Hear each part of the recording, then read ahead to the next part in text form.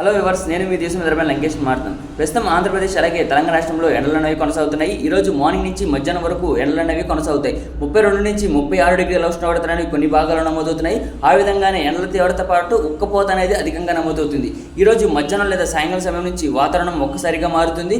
అలాగే రాయలసీమ జిల్లా తిరుపతి జిల్లాలో మనకి వర్షాలు అనేవి చాలా తక్కువగా నమోదవుతాయి. అన్నమయ్య, సత్యసాయి, కడప, కర్నూలు, నంద్యాల, అనంతపురం ఈ జిల్లాలో మనకి వర్షాలు అనేవి ఎక్స్పెక్ట్ చేయగలం. మనం వర్షాలు అనేవి ఎక్కువగా నమోదయ్యే అవకాశం అయితే కనిపిస్తుంది. ఈ వర్షాలు ఉరుములు మెరుపులు పిడుగులతో నమోదవుతాయి. అలాగే ప్రకాశం జిల్లాలో కూడా వర్షాలు అనేవి తప్పకుండా నమోదయ్యే అవకాశం అయితే కనిపిస్తుంది. ఈ వర్షాలు మనకి మధ్యాహ్నం లేదా సాయంకాలం సమయానికి కృష్ణా, గుంటూరు, బాపట్ల, పల్నాడు, ఏలూరు, పశ్చిమ గోదావరి, కోనసీమ, విశాఖపట్నం, విజయనగరం ఈ జిల్లాలకు కూడా విస్తరించే అవకాశం అయితే కనిపిస్తుంది. ఈ వర్షాలు అక్కడక్కడ మాత్రమే నమోదవుతాయి. అన్ని చోట్ల వర్షాలు అనేవి నమోదవు. కానీ మనకి ఆగస్టు 20 నుంచి మధ్యాంధ్ర జిల్లాలో వర్షాల జోరు అనేది తప్పకుండా పెరిగే అవకాశం అయితే కనిపిస్తుంది.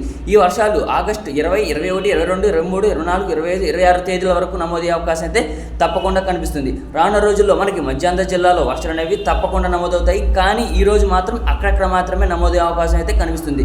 మనం మధ్యాంధ్ర జిల్లాల గురించి నిన్నటి వీడియోలో చెప్పడం జరిగింది.